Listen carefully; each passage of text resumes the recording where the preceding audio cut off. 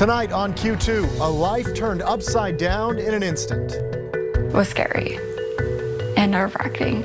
I shouldn't have lived. I was very lucky to have come out of the state that I was in. We'll head to Wyoming, where one woman's New Year's celebration nearly turned tragic. Plus, deja vu. High winds and blowing snow shuts down I-90 in Livingston again for hours, delaying travelers and backing up traffic for miles. And a healthy heart. Their prevention matters. It should be a priority to be healthy. First responders who save lives for a living must first watch out for themselves. The MTN 430 News starts right now. Good evening. Thank you for joining us on this Thursday. I'm Casey Conlon. Tonight, for the first time, we're hearing from Wyoming woman who had her life turned upside down on New Year's Eve.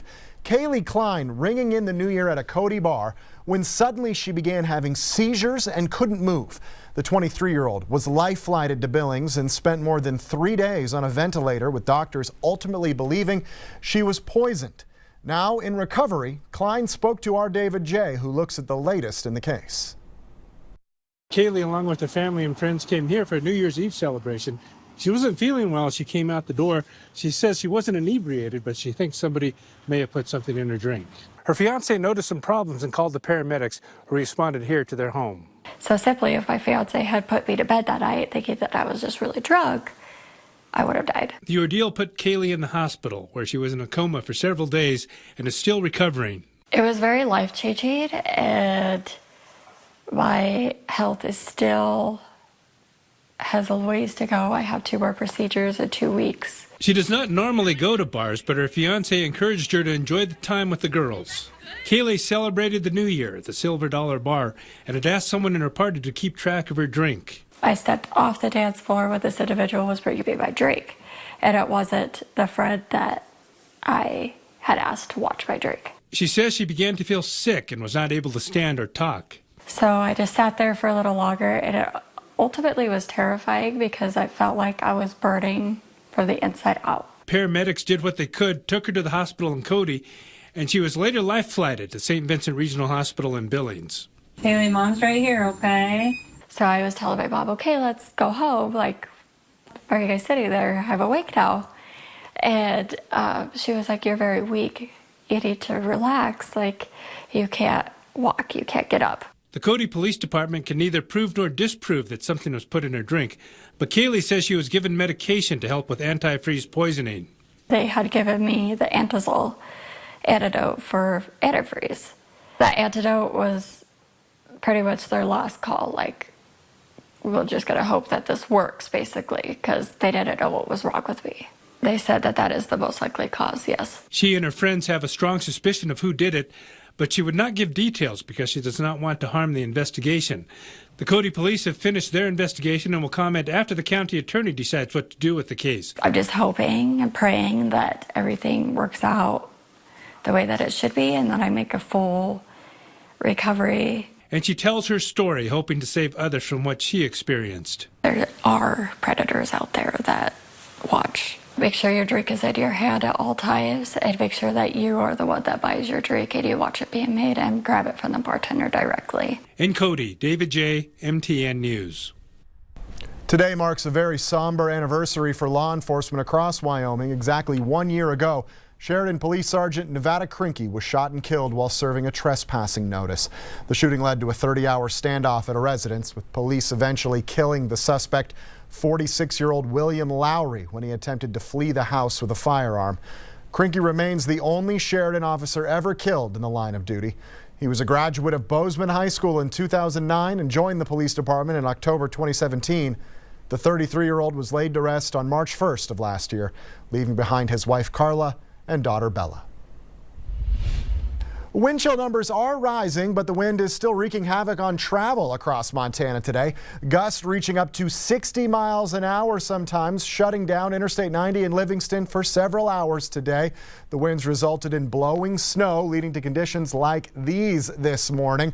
Visibility near zero.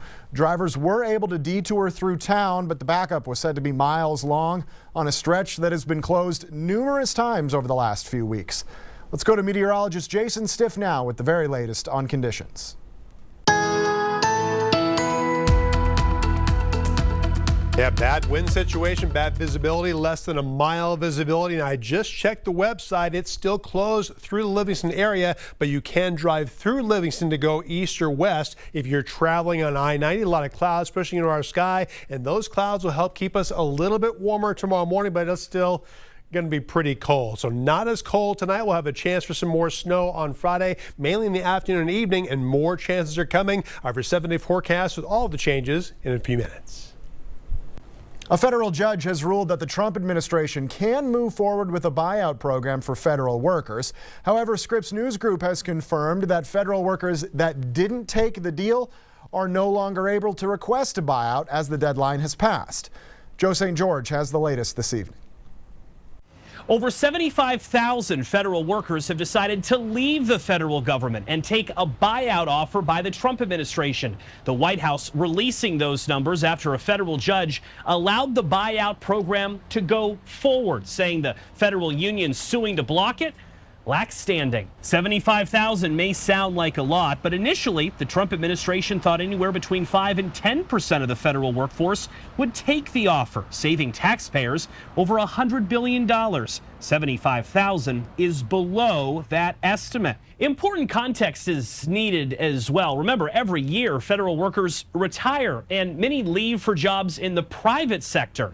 Employees who took the buyout offer will now receive pay and benefits through September. But the Trump administration is not looking for any more federal workers to join the buyout program. On Wednesday, federal workers received an email saying that enrollment for the program has now closed. But that doesn't mean the Trump administration's goals of downsizing the federal workforce is over. In fact, quite the opposite. What we're trying to do is reduce government. We have too many people.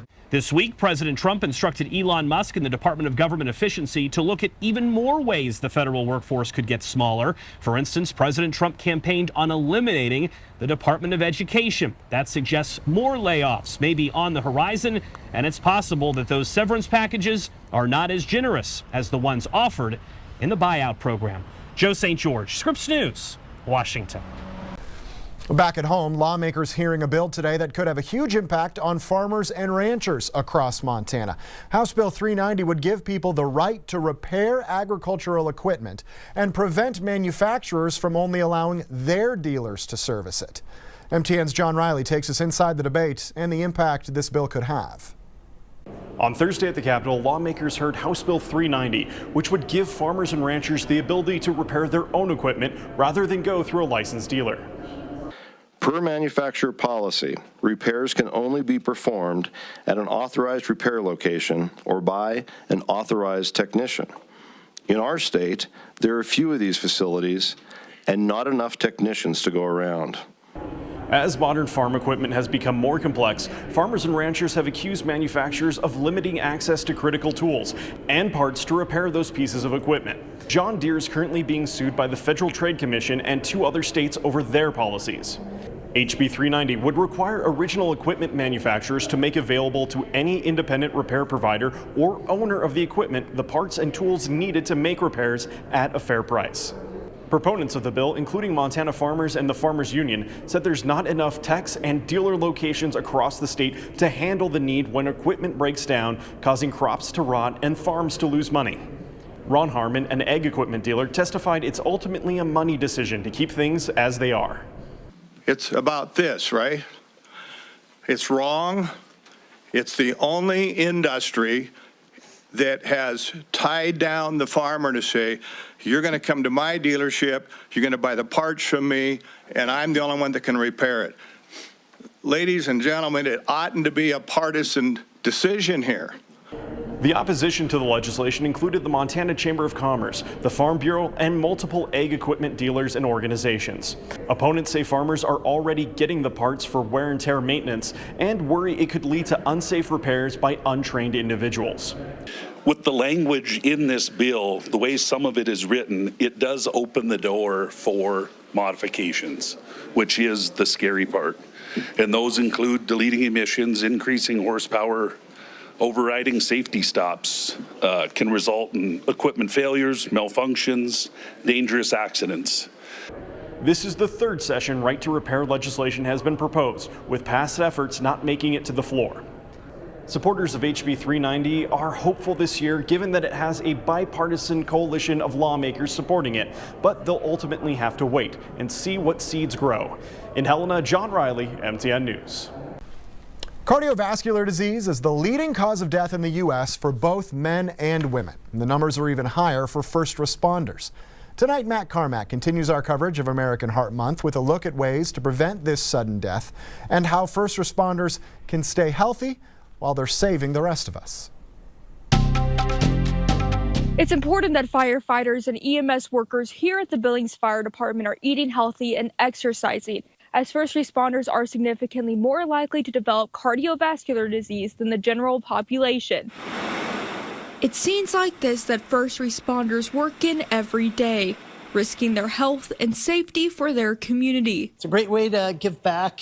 It feels good to do this work, and really it's ever changing. But working in a high adrenaline environment with long late night shifts can take a toll, especially when you couple that with eating unhealthy meals on the go and breathing in smoke. You go from zero to, almost panic at any point in time of the day. Jason Banfield is the assistant fire chief for the EMS department in Billings. He's been in the field for over 30 years and is doing prevention work to keep his heart healthy, especially knowing his family's history.